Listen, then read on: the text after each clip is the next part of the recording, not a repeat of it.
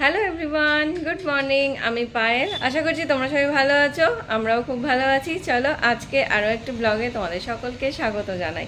এখন বাজে সকাল 9:30। ব্লগটা এখন থেকেই শুরু করছি।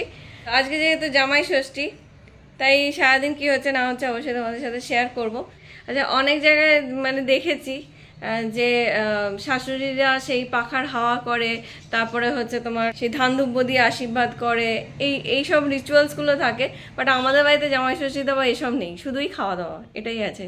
তো যাই হোক, বিপ্লব সকাল সকাল অফিস চলে গেছে, আর ওই সন্ধ্যাবেলা এসে জামাই ষষ্ঠী খাওয়া দাওয়া হবে আর কি। তাই সকালবেলা আমাদের জামাই ষষ্ঠীর ওই তাড়াহুড়ো ব্যাপারটা কিছু নেই আর কি। তো সবার আগে আরও একটা খবর দিই, সেটা হচ্ছে আজকে যেহেতু কাজের দিদির ছুটি, তো সমস্ত কাজ এখন চটপট চটপট আমাকে সারতে হবে। তো আর কি, এখন ঘরের কাজগুলো আগে সারি। এখন হচ্ছে সোনাকে মায়ের হাতে হ্যান্ড ওভার করবো। সোনাকে এখন মায়ের হাতে হ্যান্ড ওভার করে দিয়েছি। হ্যাঁ, এবার আমি আমার কাজগুলো টুকটুক করে আগে সারি। সবার আগে হচ্ছে ছাদে যাব। এই জামাগুলো কালকে ছাদে দিয়েছিলাম, কিন্তু শুকায়নি। আবার ওই জন্য এখন গিয়ে আর একবার ছাদে দিয়ে আসবো। গামলা করে এনে ঘরে রেখে দিয়েছিলাম।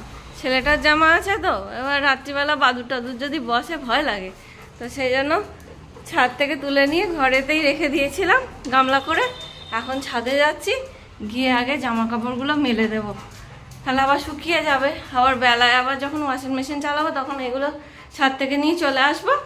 নিয়ে এসে আবার যেগুলো কাচলাম সেগুলো আবার মেলে দেবো, তাহলেই হয়ে যাবে।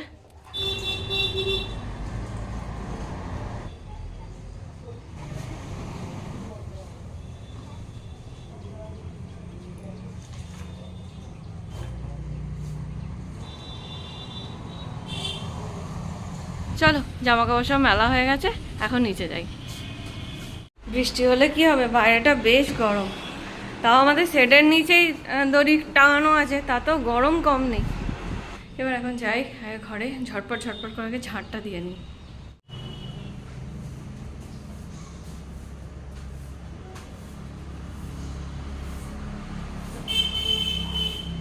আমার ঘর ঝাড় দেওয়া হয়ে গেছে, এবার ঝটপট করে ঘরটা মুছে নেব।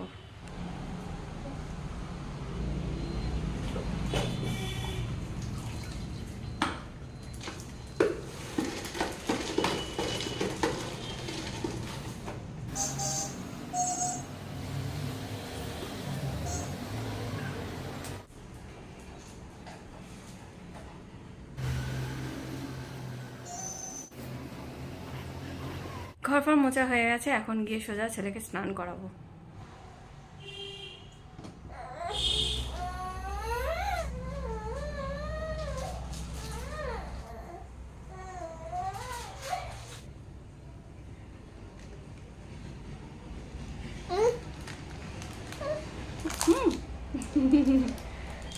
ওকে স্নান করানো হয়ে গেছে। এই যে হাতে একটা কাগজ দিয়েছি, এটা নাকি চুটপুট চুটপুট করছে বলে জামাটা ডাইপারটা পরানো যায়, নইলে যা ছটপট ছটপট করবে, কিচ্ছু পরে দিতে হবে না। ছেলে স্নান করা কমপ্লিট, ওকে খাওয়ানো হয়ে গেছে, খাওয়া দাওয়া কমপ্লিট। এখন এবার আমি নিজে স্নান করব।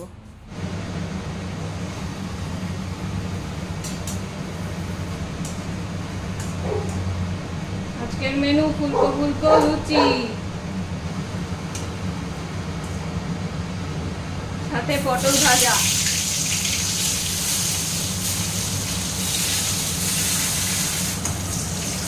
পটল ভাজা হয়ে গেল, তুলে নেব।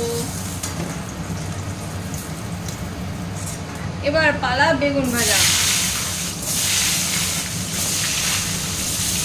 বেগুন ভাজাগুলো হয়ে গেছে, এবার তুলে নেব।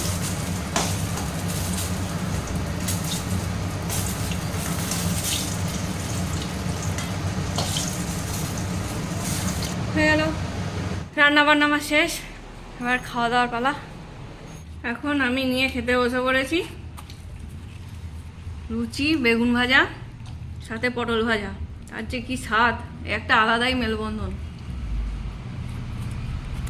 আমি যে থালাটায় ময়দা মেখেছি সেইটা দিয়ে নিয়ে নিয়েছি, আবার কি একটা থালা বার করে।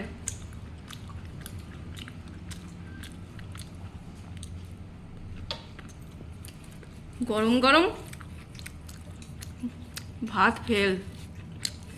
না, কাঁচা লঙ্কা চাই, কাঁচা লঙ্কা দাও।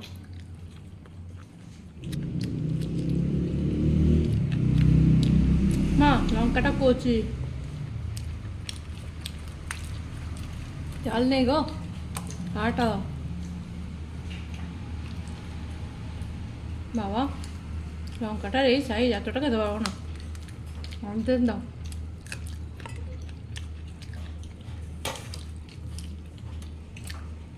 শীতকালে দেখবে বেগুন পোড়া, আহা শীতকালেই ওটা ভালো লাগে, আর এটা ঝাড়া যাবো।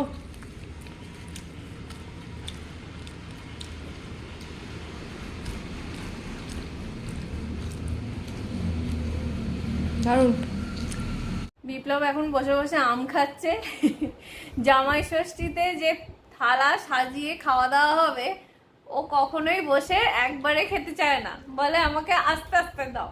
সেই জন্য ও সবে অফিস থেকে ফিরেছে, হ্যাঁ ফিরে বললো আমাকে আম দাও, তাহলে আমি এখন ফলটাই শুরু করি, তারপরে একসাথে খাবো। এবার কি হয়, জামাই ষষ্ঠীতে যেমন থালা সাজিয়ে অনেক কিছু খাওয়া দাওয়ার ব্যবস্থা করা হয়, কিন্তু কি বলতো, ও বলে কি একবারে বসে এত রিচ খাবারের সাথে ফল খাবো মিষ্টি খাবো সম্ভব না, তার থেকে আমাকে মানে স্টেপে স্টেপে দাও, আমি আস্তে আস্তে খাবো। তো এখন আম নিয়ে বসেছে খাওয়ার জন্য।